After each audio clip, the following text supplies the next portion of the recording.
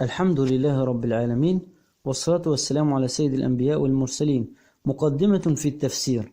تعريف التفسير لغة هو إيضاح الشيء وظهوره وبيانه، أو الكشف عن معنى غامض.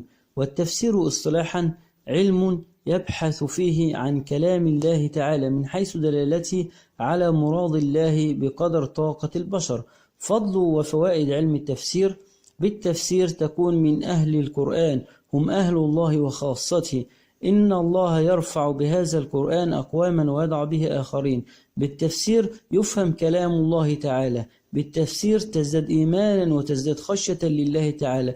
بالتفسير يقتدى بالنبي والأنبياء في أخلاقهم صلى الله عليه وسلم.